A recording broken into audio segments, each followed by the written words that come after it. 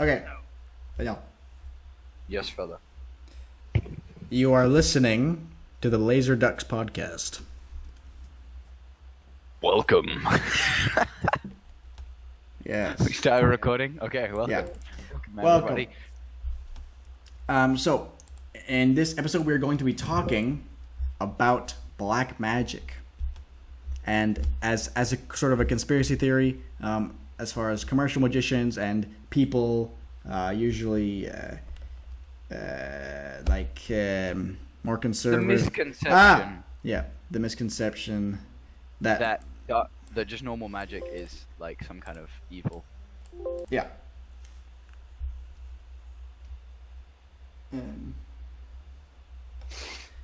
We're also going to be playing some Splix.io for your entertainment, something a little more Yeah. less jittery than Minecraft, something a little soothing. Yeah. While Um, we discuss the subject, we will be just doing a little bit of Splix. Okay, if you could, please, Mr. Patito, commence the game. Boom. Right. So, black magic. It's kind of interesting. There are, of course, lots of magicians in this day and age. Magic is a very popular thing. Seems like every magician has their own magic special now. Everybody's doing the street magic thing on YouTube, and with more of that comes more and more of this. People trying to say that all these magicians, David Blaine, Dynamo on YouTube, you've got Chris Ramsey, all these guys are getting their powers from these evil spirits, and it's pretty silly.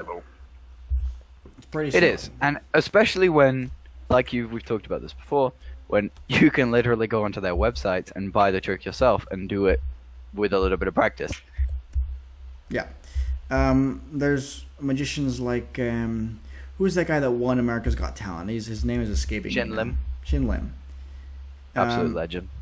Yeah, he's great. People talk about him being using black magic, and the thing His about stuff is crazy. I mean, he's one of the only people where I'm like, okay.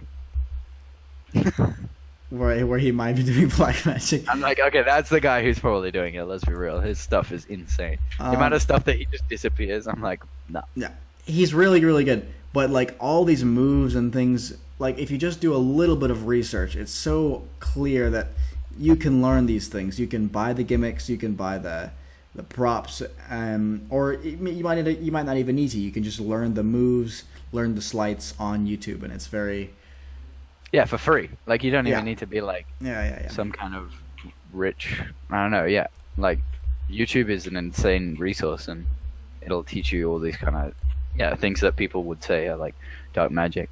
But I feel like the real issue with this is just the lack of like you were saying, like research. Like, people make these super huge statements about somebody's livelihood, right? Somebody's skills. If you were to go up to like some, I don't know, programmer or like designer and just be like, you have your ability from Satan, like that's such a demeaning thing to say to somebody, and it completely, I don't know, that's someone's whole life, and the amount of work that the magicians put into getting their tricks right is just insane. And so to go say like, there's no way that this is real, it must be like the devil, like that's not, it's just not. It's so disrespectful to them. Yeah, so I'm a magician. If you guys don't know, which you probably don't know, and also Mr. Patito over here has dabbled in some card magic as well. Dabbled in the dark arts. He's dabbled in the dark arts, and I've had an experience with an experience with a teacher, and I won't say who, of course, because we're live on the air. Well, yeah, copyright of a person's name.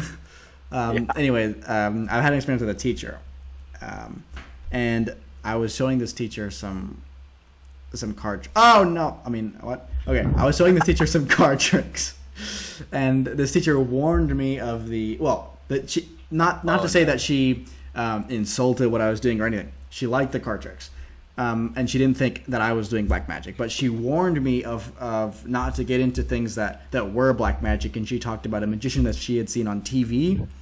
Oh no! Who was wearing eyeliner and who was making He was wearing eyeliner and he was making a pen levitate.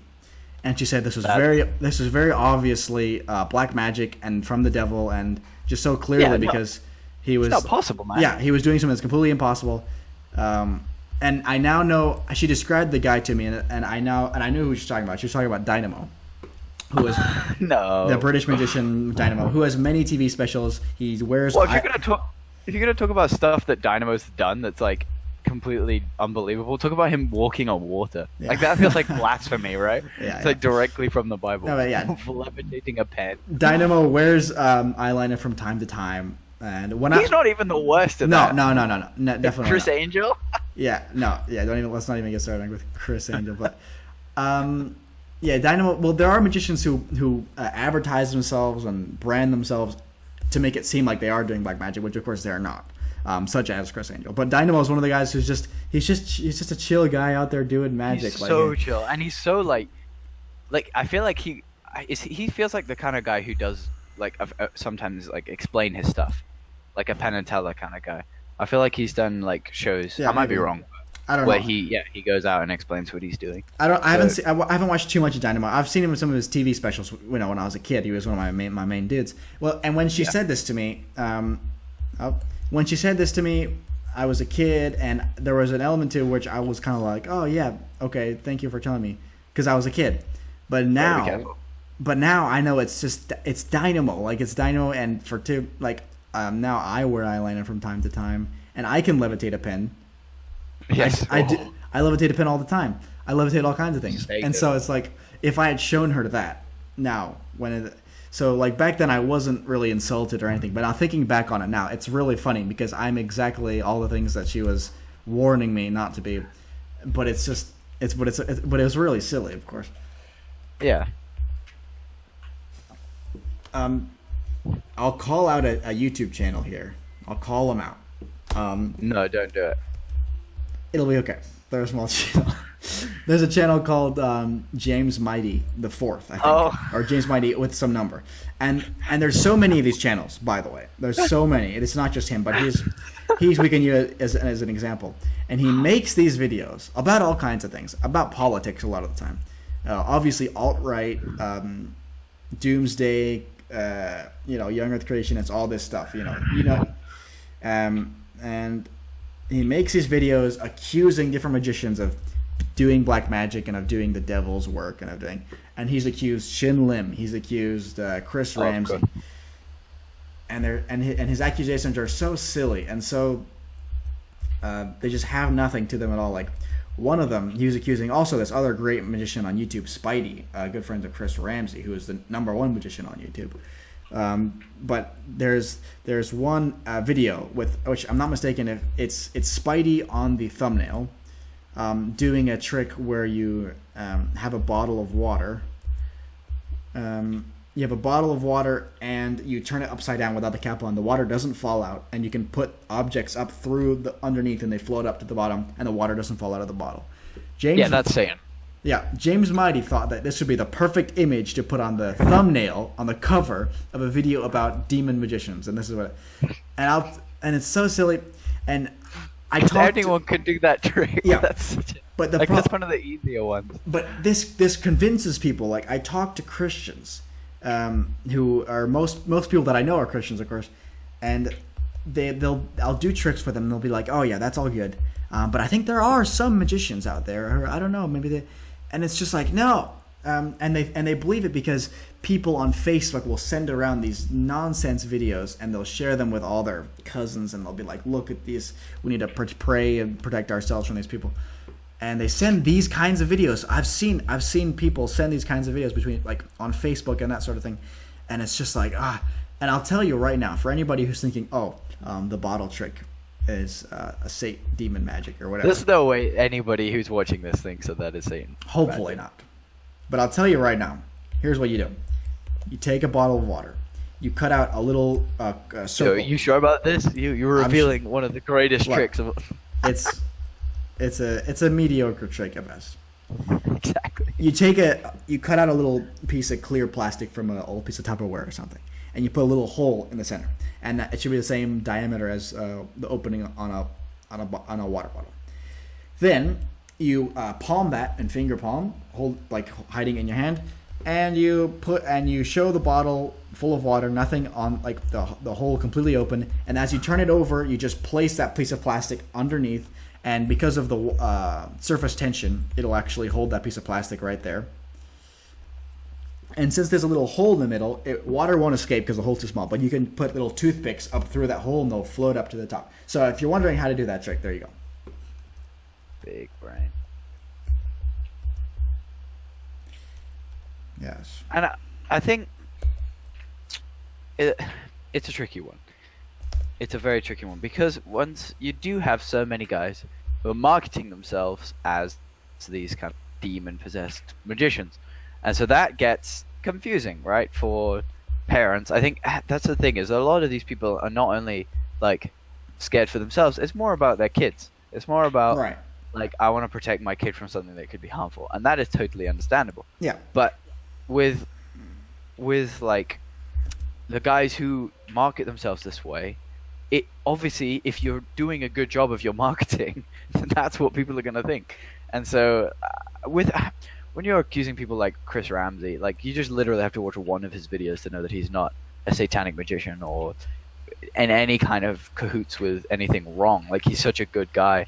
But yeah, you often, yeah, it's all about protecting people's kids ultimately, I think. And I think if people are marketing themselves well in that way, then you're going to scare parents, and you're going to get that kind of traction, and like people who are worried and don't want your content to be shown to their kids. And so it's a tricky one, because I think I don't know. You have to make a decision about who you want your fan base to be. And if it's kids, then exactly, you might want to be a bit more careful. Absolutely. And I think that the problem as well is that, like, yeah, there is power in what, like, Satan does and things like that. This is getting a little religious here, but there's an extent to which I think a lot of people would say that things like fortune telling, yeah, that's like a clear example of where Satan is at work, and like those kind of things. Yeah, I mean, there are different types of fortune telling. Let's be honest. Yeah, sure. There's different types of fortune telling. Viewers, if you don't know, Mr. Petito and I, Mr. Petito and the Warlock, we disagree surrounding these topics here, which is fine. Not that often. We don't really talk about these things. I know, but fundamentally, I think me and you disagree on. I would say that as far as black magic, even fortune telling, psychics, all these things, in my opinion, all of it is completely fake. And I think you would say, well, I don't. You could say what you would say, but I think you would probably say something along the lines of, "There's probably some kind of dark powers that somebody is using somewhere." But this comes down to whether you believe there's any kind of power in spiritual anything. Sure. Yeah. Well, that's the question. Is like, if anybody doesn't think that there's any kind of spiritual power, then obviously there's no way that anything's going to exist, and so we'd never be able to come to any kind of consensus, because yeah. But what we can do is ultimately we differ on what we believe is true, and so that's the same with a lot of issues like this. It's like, yeah, if me and you disagree about one part of it, then the whole thing becomes like very difficult to talk about. Yeah. Well, what we can do, though, I mean, here's the thing. I wouldn't be opposed to saying, okay, there's something going on here as far as psychics and fortune tellers and that sort of thing. I wouldn't be opposed to saying there's something going on here if it looked at all like there is something going on. And just as far as the research I've done, which is, I don't have a PhD, I'm not a professional in anything, but as far as the research I've done, there's been a lot of study into, do fortune tellers really have any power? What's going on here? And as far as I can tell, there really hasn't been any kind of substantial evidence to say that fortune tellers can foretell the future, to say that psychics do have some kind of psychic energy. There's a man by the name of James Randi, who runs the James Randi Foundation, and up until a few years ago, actually, they stopped doing what they were doing, and I'm not sure why, but up until a few years ago, what they would do is they would bring people in, say witches, psychics, fortune tellers, these people who claim to have supernatural powers, and they would just do like a very simple test on them, and a test that the people who supposedly had the powers would consent to, around like the terms of like, yeah, I can definitely do this, just film me doing it and I'll do it. And there's that, as far as I know, thousands of people who have taken this test, and nobody has passed it. And the thing is, if you pass the test, you get $1 million. Nice. And absolutely nobody has been able to prove, as far as these tests conducted by James Randi, who is a former magician, that they have any sort of power. So that's one of the main things for me, is which, if there were these people who could do real things, even simple things, tell the future of a few days before, or people who claim to be able to help the police and that sort of thing. If there are these people, or people who can move, I don't know, a pencil on the table or with their mind, if there were those people who were even using demons and that sort of thing, then they would have come to James Randi, and they would, because it's hugely famous, especially in the community of supernatural people and whatnot. These people would have shown up, and they would have claimed $1 million, because they would have been easily been able to pass these tests if they have the real powers. But doesn't seem like they did. So that's one of the main things for me, in which I don't really think. I don't know. I'm not saying that there's no spirituality going on, that there's not a spiritual realm or anything like that, because that I just don't know. So like I don't know yet, and I'm trying to figure it out. But as far as the problem with this, is that it's an incredibly small pool that he will have been taking people from.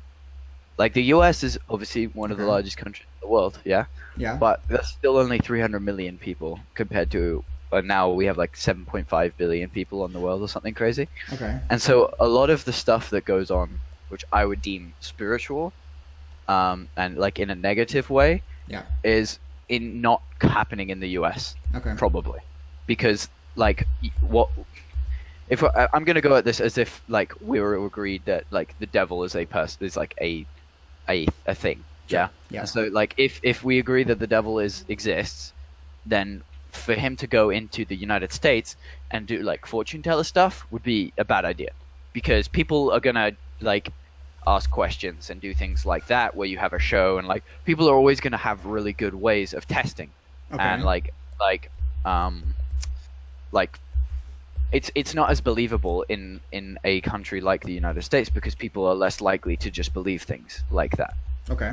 If you go somewhere like a rural part of any third world country, and you have people who are desperate and people who need help, start again.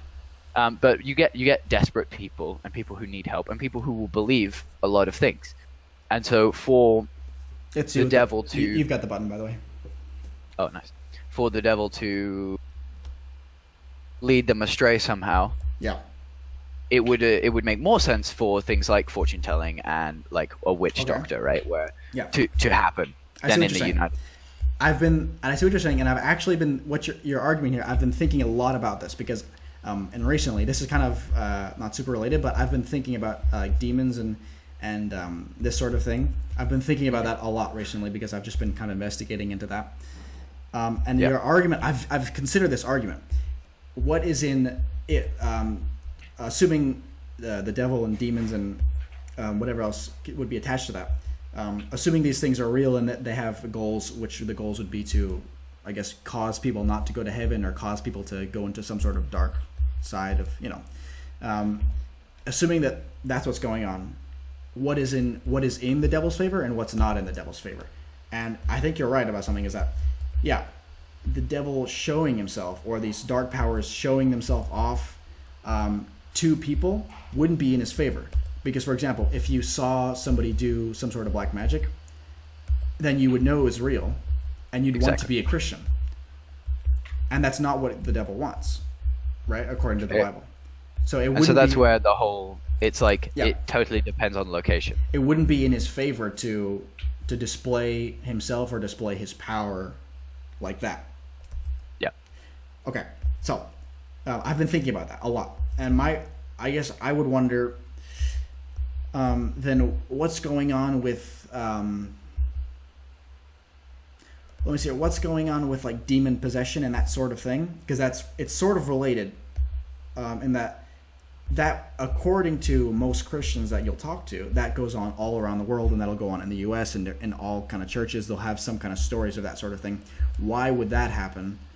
Why would it? It's not in demons' favor and in the devil's favor to possess people, because when they do, or to display themselves in any sort of way, because when they do, people will see that and they'll want to become Christians, because they'll say, oh, if demons are real, if black magic is real, then I want to be a Christian to protect myself from that sort of thing. And if I saw something like that, I would definitely have the same reaction. So I understand what you're saying with the devil would maybe plan out what he's doing and think about where he does what. But then I feel like if that were true, which it would make sense if it was, but if it were true, there wouldn't be all these supposed demon possessions and all these people who have encountered demons, because it wouldn't be in their favor at all to show themselves to people. Yeah, I see what you're saying. But think about where these things happen, where these demon possessions happen. The places that I often hear about it going on is within a church community. Mm-hmm. And so the people already are Christians, yeah, and the people are already, they would consider themselves Christians, and then their son or daughter has negative, like an experience of some kind of possession or whatever it might be. And that is, I guess, would be like a fear tactic. Like you have, it's like if you're a terrorist, you're not gonna go in and reveal yourself, because that botches your whole plan up. But you might plant a bomb into the opposing, like, I don't know, into the government offices to try and like hurt the people that you're trying. You know what I'm saying? Like it's the people that I often hear about who are having issues with demon possession are people within like church communities, or the people within church communities are directly like helping the person who's had that issue, and they like there's not been any kind of outside. I don't know. I definitely think it is situational, and I think it would be foolish to say that there's nothing, because I think we've both like not experienced it, but like I think we've both talked about like there are some very interesting, compelling things that have happened to us, or like to people we know quite well, that would make us think like this has to be at least something that we consider. I don't know, something. Well, if I can, I'll speak about one of our friends, so I won't name them, of course. But one of our very, very close friends, a close friend of both of us, who has experiences with demons, who has had them, according to her, of course.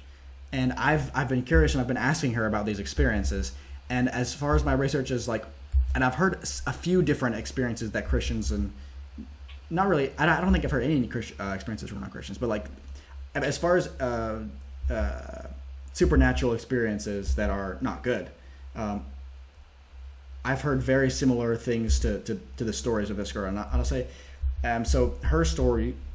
We should just probably say this person to be as transparent. Well, I've already said it happening. Okay. I know. Well, this person's story, essentially, part of the story is that they were about to become more, I guess, more of a Christian than they already were. I think they already were a Christian, but they were about to make a big decision as far as their faith, and that's when they encountered some evil presence, evil presence, evil spirit type things. And that is, and I've heard, and her story, well, this person's story is very similar to the stories that I've heard from other Christians. And it doesn't make sense for me if these forces are working, and it would make sense if they were, to further their own goals and working and planning things out. It wouldn't make sense for them to display themselves like that, because of course this person is going to want to become a Christian even more after seeing something spiritual like that. I know I would. That you'd say that. However, there's an extent to which, like, if like you were saying, this person was about to, or felt as though they had created a more profound relationship with Christianity, right? They were becoming more of a Christian, so to say. And they suddenly have this horrific experience with a presence that they have no idea how to deal with. Yeah. Like, that would be terrifying. Yeah. And I think there's an extent to which it would obviously, you would, like, it's almost evidence, yeah, but like not everybody thinks about life in the same evidence-based kind of like, because there is this, then therefore Christianity must also be true. Okay. There's an extent to which, like, this has happened to me, I'm very afraid, and this has happened to me because of Christianity, and so I want to stay away from it. So I definitely see your point there. Science to it. I definitely see your point there. And the thing is, I don't know. What I would like to do is do kind of like a survey of just as many people as I can. Or I mean, I'm sure there are studies about this, but I don't know if I would trust studies about this topic, because anybody who's doing a study about this are going to be so biased. Yeah, are going to be so biased either way, right? But either way, it's going to be super, super biased. So I would like to conduct a more, and I've asked several people already, but I'd like to conduct a survey as far as supernatural experiences with people, and just figure out what would be the reaction. Because I definitely see your point in that. Oh yes, I've caused this terrible thing to happen. I'm going to stop doing it because I don't want any more of this. But I think that might be a gut reaction for some people, but I would think that it would be more common for people to take it as, oh, this is a bad thing, I need to be protected from this. Like, that would be my reaction, and I would think that would be most people's reaction. You might be right that it wouldn't be, that people might be more thinking about it in a more simple way, but the only way to figure that out would be to ask a bunch of people, and I think we should do that. But yeah. That'd be interesting. But then, okay, final question before we close. Sure. Then what's the explanation for those things that happen to people? What do you mean? If it's not the devil, because obviously the devil doesn't want to show himself, then what's happening? That's what's going on? Why are these people feeling like this? Is it mental health, or is it like, because that would be a serious, not accusation, but a serious like statement to say, well, you must have mental health issues then, or something along those lines. But I feel like we should leave the viewers with this question. I think that'd be quite interesting. All right, sure. I mean, I could sort of answer this, but it would be only on my own experiences. Because as a kid, I had what I thought were spiritual experiences. We're seriously getting destroyed by these guys. Are you seeing this? Okay. Look at these guys. The purple guys. Yeah. Look at them. Anyway, for example, when I was a kid, I had sleep paralysis. And sleep paralysis, it's a thing that happens, and there's lots of emotional weirdness and things that are really scary that go along with sleep paralysis. And a lot of people have experience with this and say that they think that they've encountered with demons when this. And I thought for years that I had some encounter with. Nice. I thought I had some encounter with this kind of like evil force. And I later find out it was just sleep paralysis, and everything I experienced was exactly the symptoms of sleep paralysis that people experience all the time. So that's one of my experiences that I can sort of say that there are just sometimes you experience something, and since you're already believing that, oh, the demons are real, the devil's real, then it must be this if it's a weird experience that I'm having. And again, there's lots of things that, of course, I can't explain, but that's one kind of idea that I can give, is that that's my experience with it. Yeah. No, for sure. Okay. Well, it's definitely something we could come back to in a future episode. I would love to. Yeah, I'd like to come back to this from our different angles. We came with this in the angle of black magic and that sort of thing, but we definitely came in sort of a different way. But it was good. It's good. Yeah. That's true though. Yeah. No. Absolutely. But we'll come back to this sometime, and if people are interested or have some kind of story to tell in the comments. Yeah, definitely. That'll be it'd be super interesting. Yeah, any paranormal or supernatural experience that you've had, definitely drop it in the comments. That'd be awesome. I'd like to end it on one little thing I'd like to say to parents. Oof. If I can do that. So I had this idea earlier, but then we started talking about this other thing, which is just as interesting. But I wanted to say this earlier when you were talking about magicians that brand themselves as super like kind of dark and evil and almost want it to look like they are doing black magic. And you're saying, well, parents have to make a smart decision about this, and they have to protect their kids, which is true. Well, my bad. You look at numbers. Did you see number 5? No.